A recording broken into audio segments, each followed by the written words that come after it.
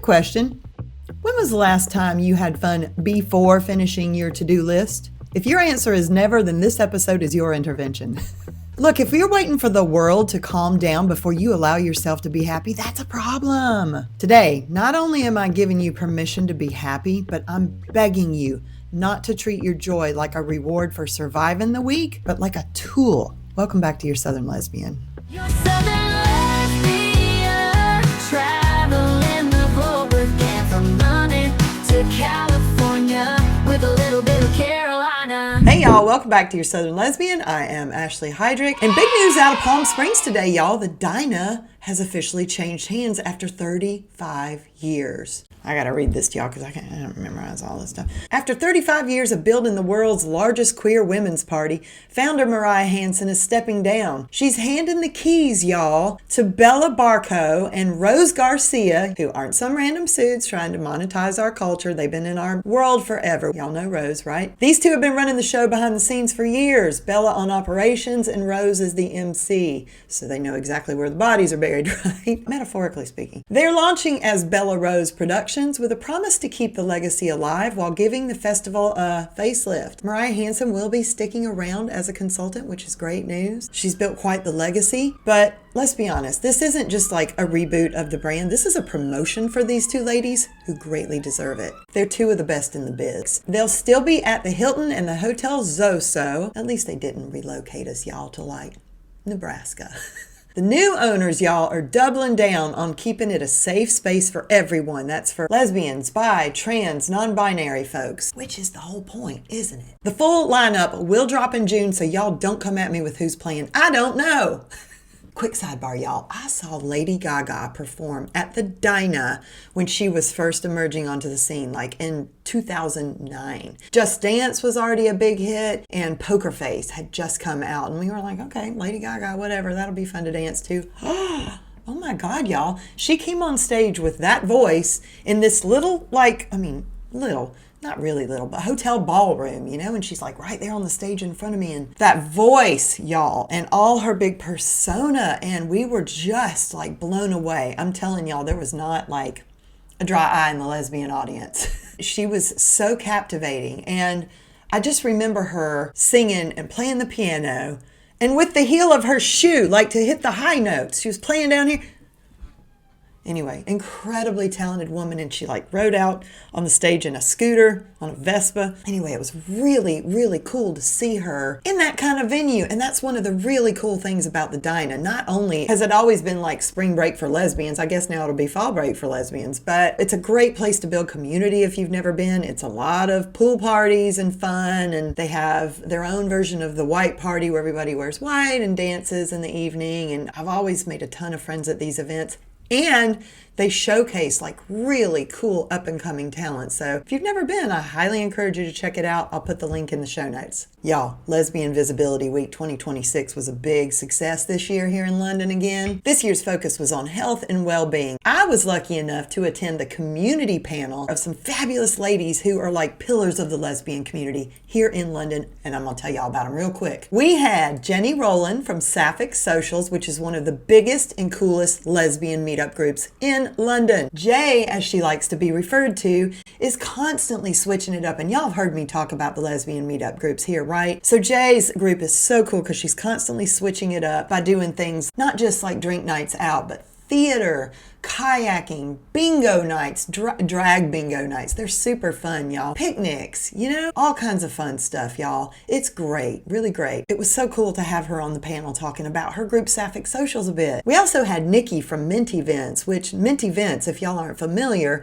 is one of the like premier lesbian dance parties. Y'all, it is full of hot lesbians and just a gaggle of fun to the ones that I have been to, so I highly encourage y'all to check them out. Next was EJ Nutbrown from Queer Edge. This lady, y'all, so passionate about what she's doing for the community in East London. She's out in Hackney, her events are out in Hackney, and not only is it a brand of queer nightlife where she hosts really cool dance nights with DJs and dancers and whatnot, but she also throws queer dinner parties, and she's even got a workspace on London's East Side over there. And I love her passion, and I'm so happy I got to see her speak about it on the panel, and I encourage y'all to follow her events too. Also on the panel was a lady named Aisha Shaibu Lenoir. I hope I'm getting that name right. She has a place called the Common Press here in London, and it's a not-for-profit intersectional queer bookshop, cafe, and event space in Shoreditch, which is like North London, y'all. And she's just known for supporting marginalized voices there and hosting cool community events. So very, very cool. I was not aware of this. I was so happy I got introduced to this. Lastly on the panel was Chushuka. Again, I hope I'm pronouncing this right, y'all. Sanura Dance, which is more than just a dance space. It's a vibrant haven for anyone who identifies as FLINTA. We'll come back to that in a minute. I'm going to put all of these connections in the show notes. So please, please, please, if you're queer and you're planning on making a trip to London, look these ladies up. They are some of the biggest pillars of the lesbian community here, and they're wonderful and super welcoming to their events. And you'll meet some British lesbians. Today on Lesbian Lexicon, what in the hell is a FLINTA?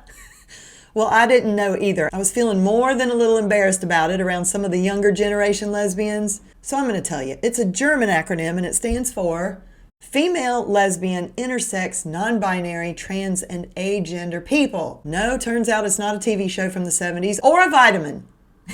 So now when Margaret from HR tells you she needs you to support the next FLINTA initiative, you'll nod to Margaret sagely like the boss you are and say, "Yes, Margaret, I support that." Okay, y'all, I'm starting a few new things on the show this week, as you can tell. And now, get ready. Hold on to your britches. It's time for Dear Southern Lesbian. Oh God, y'all, what have I gotten myself into? Anyway, here we go. Hey there, Southern Lesbian. I'm a bi woman, happily married to a man, but I've been watching my two lesbian friends navigate their relationship and noticing something a little bit different that seems missing from my own dynamic. Well, duh. It's not that my marriage is hard, but there appears to be a shorthand between women that I'm just not getting. So here's my genuine question. Is dating a woman actually easier, or does it just feel that way from the outside because the struggles are different? I'm not looking necessarily to blow up my life. Yes, she is. Yes, y'all know she is. But I am curious if the emotional load is lighter when you don't have to bridge that gender gap. Do women just get it in a way that makes the daily grind of a relationship smoother, or is that just a fantasy I'm building in my head? I'd love to hear your take on what actually changes when you remove men from the equation. Well, right, and of course it's anonymous. So I'll refer to you as Dear Smoking Crack. I love how straight women or bisexual, it's usually straight women, y'all, asking these things, right? So she's married, she's curious. I get it. I mean, how many of us have been in this position of being approached by someone who's curious and given in maybe in the past when we shouldn't have? Oh my God, y'all. No, it's not easier. No, it's not easier. Yes, things are different. Absolutely, things are different, because with a woman, this is just my take. Y'all feel free to chime in below in the comments and answer Dear Smoking Crack's question a little further. But I mean, I think that with women, you've got two people who usually are very communicative, hopefully. That doesn't mean communication is healthy. We're just different. We're women. We communicate, right? You've got emotions that run higher with two women. If you're of a certain age, you've got two periods, 2 times of the month to work around, and all the hormones and all the, my God, even if you get in sync, it's like, look out for those days right before. You know what I mean? It's like, woo! It's kind of like a roller coaster. Not to say that if you're not healthy communicators, you can't work through that and around that. Of course you can. But I'm just saying, it's two women. So yes, there are beautiful things. Those are the harder things. The beautiful things, of course, are that you get two communicators. So when it's good, it's really good. And it tends to move very fast, as we know. Hence the U-Haul analogy. But like the dynamic between two women is really, really, really beautiful. And there's nothing else like it. And of course, physically being close is like next level. It's warm and fuzzy and soft and delicious and sexy and all the things that you think it would be. Absolutely. But relationships are relationships. I think that's my point. And I've dated men in the past, but it was early on. And relationships are relationships. You've got two people who want two things, and you're just trying to make it work, right? Navigating your life with any other person takes work. Just because it's a woman does not make it any easier. At least that's my take on it. It's not like I chose because I was like, oh, dating men was a pain in the ass and therefore I'm going to choose women because it's easier. That is not what happened. Actually, the men were easier for me. Truth be told, they were just willing to go along with whatever. You didn't have two hyper communicators, but, and if I was able to fall in love with men in that way, I would have stayed there. Obviously, that's not what happens for me. I fall in love with women. Therefore, I have no choice. I have to figure out ways to make it work with women. So I hope that answered your question. Like I said, if y'all have more to say, please comment below and let her know, because I'm sure she'll be reading the comments. And if you would like to write in and have me answer your question on the podcast, it is yslinfo@angelbabyfilms.studio. And in this week's Lesbian Entertainment, y'all, finally, a reason to love and laugh again. The new Noticemerom-com, executive produced by Lena Dunham.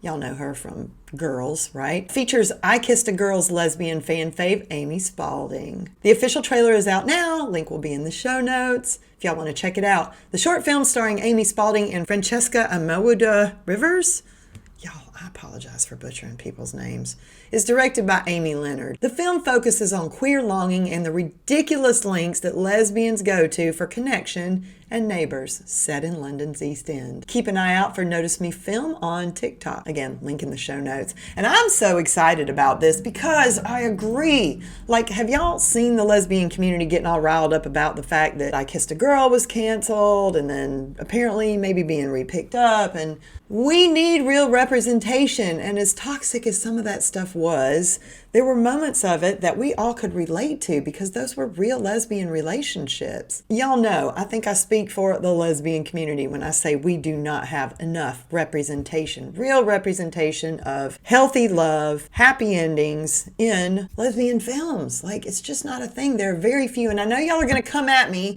with all the ones from 10 and 20 years ago. Hello, do you see the problem yet? I agree. The lesbian world needs more of this, and kudos. I'm so happy for y'all. I'm rooting for y'all. Let's support this. And to that note, y'all, I have written a lesbian romantic comedy. So it's a book for now, and I'm about to release it, and I'll let y'all know when. But right now I'm looking for a cover illustrator, y'all. So if you know anybody that's amazing in the women-loving women illustration space that does book covers specifically, because I need someone that knows all the formatting, whatever, send them my way. Please send them my way. They can email me again at yslinfo@angelbabyfilms.studio. I'm so excited about this, y'all. So I'll keep you posted, but it is fun. It is a romantic comedy. I think you're going to enjoy it. And if y'all could hit that like and subscribe button before we get into today's topic, leave a comment. That does help the show out so much, and I appreciate it. And then you won't miss any notifications about when I release the book or what's coming after that. Okay, y'all, let's talk about radical joy. How many times do I hear my friends and even some of my family members talking about how guilty they feel because they don't feel like they're doing enough in the world right now to support causes? Look, I get it, okay? I get it. Everywhere you turn, there's someone either asking for your financial support, asking you to repost something because it's, people are really, people are dying.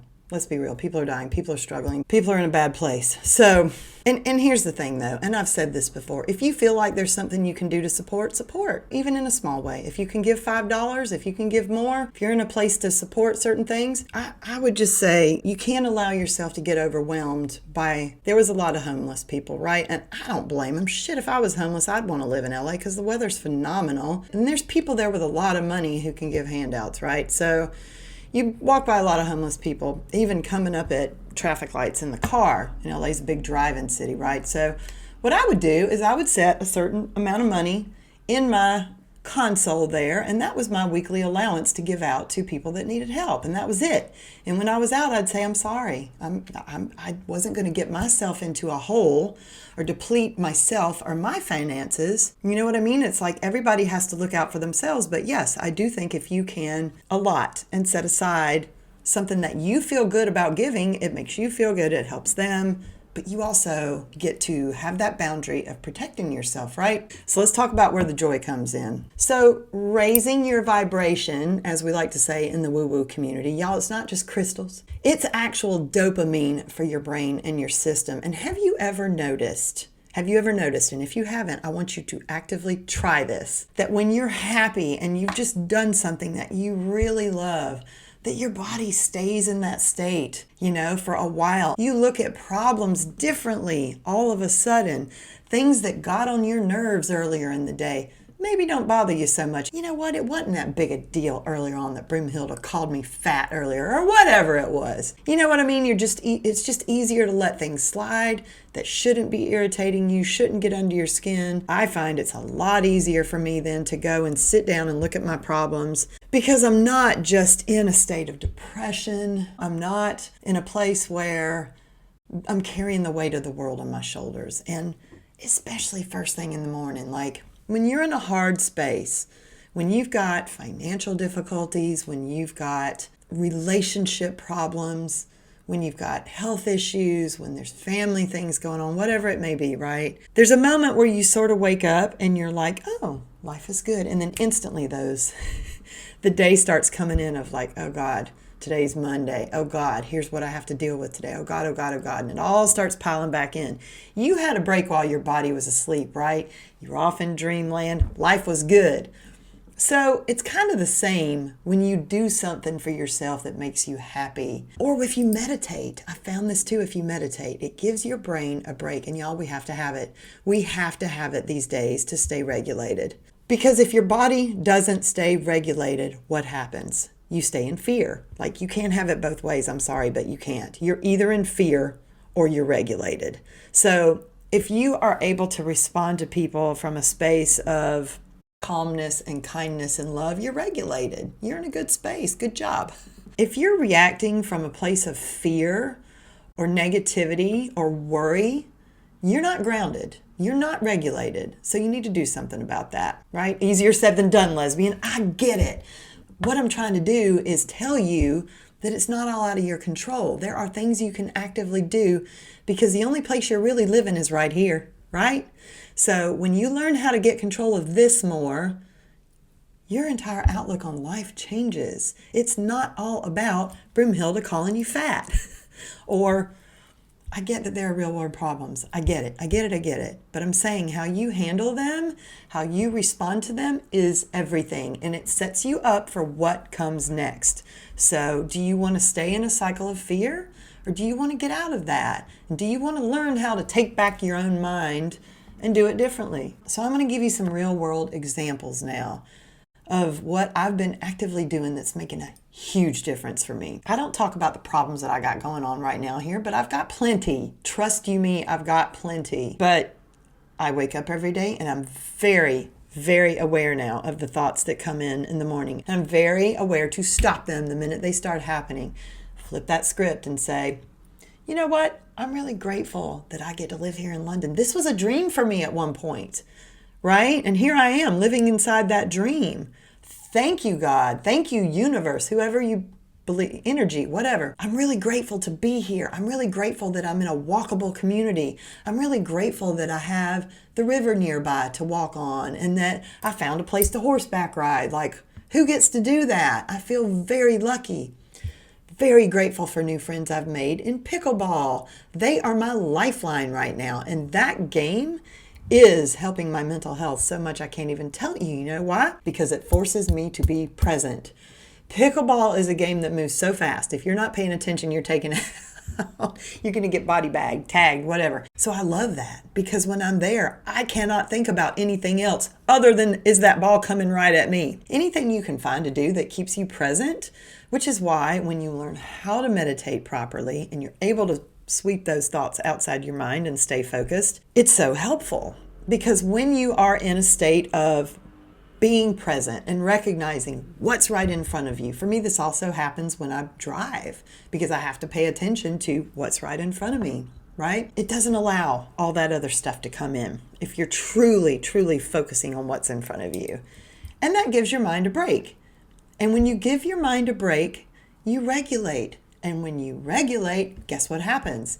You allow for other, like, creative solution thoughts to come in that cannot otherwise get inside your brain because it's looping in fear.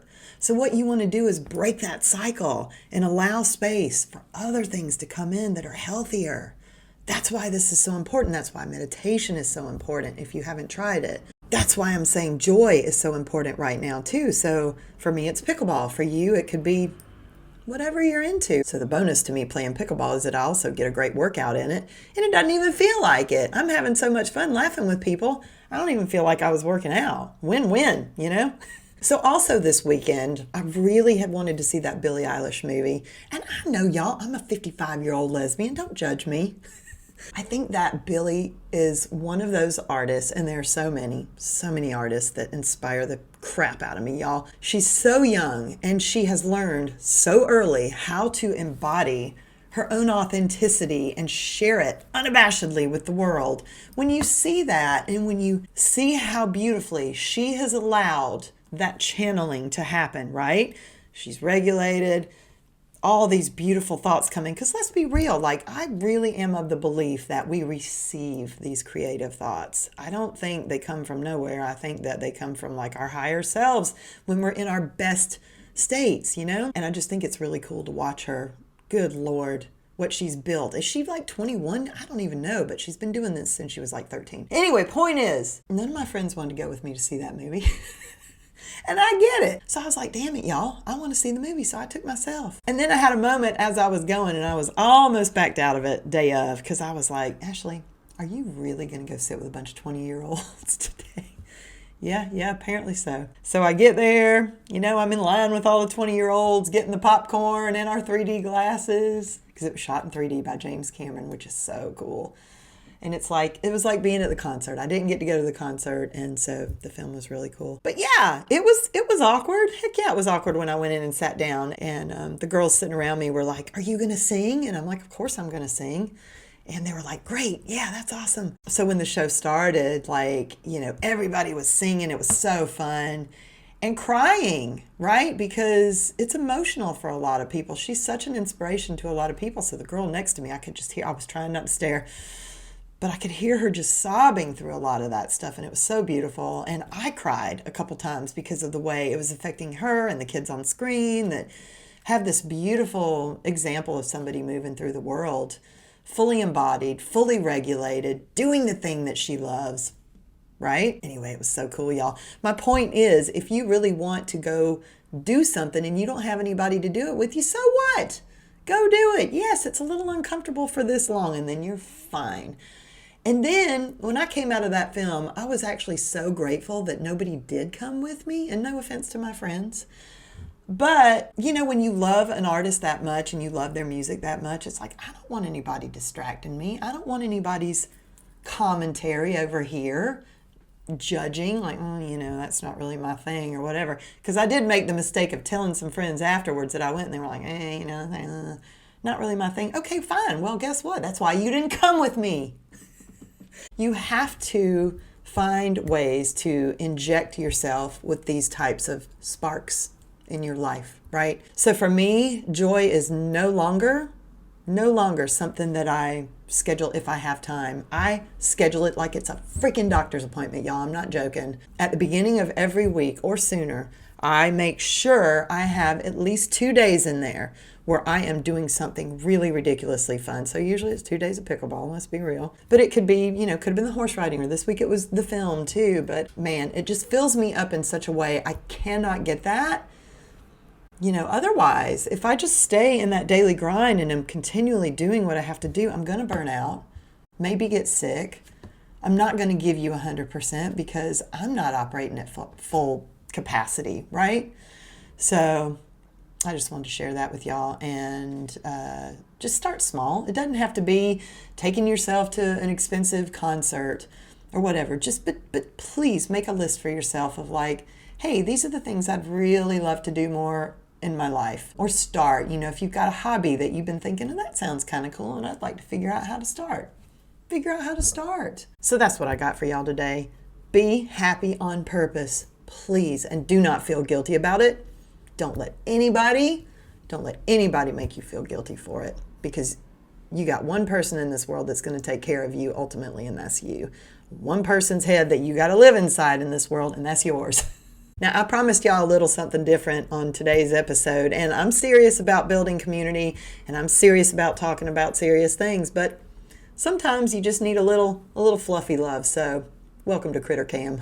Hey, so you know how I've been saying I miss having a dog, right? And I mean, I feed the squirrels and whatever sometimes, but that little squirrel doesn't come around that often. So just wanted to let you know, this is where we are. Ow, ow, ow, ow. God, meet Pigeon. And come on. I know. Look, this was not on my bucket card. You were not even like number 2 on my bucket card, right? Not even number 2.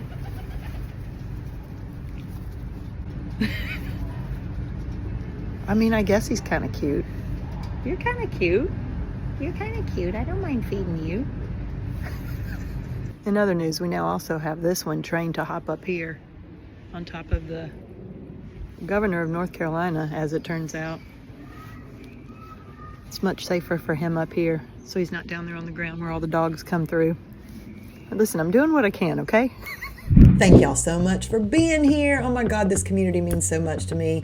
And if you haven't already liked and subscribed, like I said, please do. Drop me a comment. Did you like the show? Where in the world are you? I love interacting with y'all, and I'd love it if you interact with each other as well. You know, this is another space that we can build community, so have at it. Anyway, thank you for being here. I'll see you next time. Bye, y'all. Just a reminder, y'all, I'm not a doctor. Everything I share here is for entertainment and encouragement, not medical advice. The views you hear are mine or my guests, not my sponsors. Any similarity to real people is purely coincidence.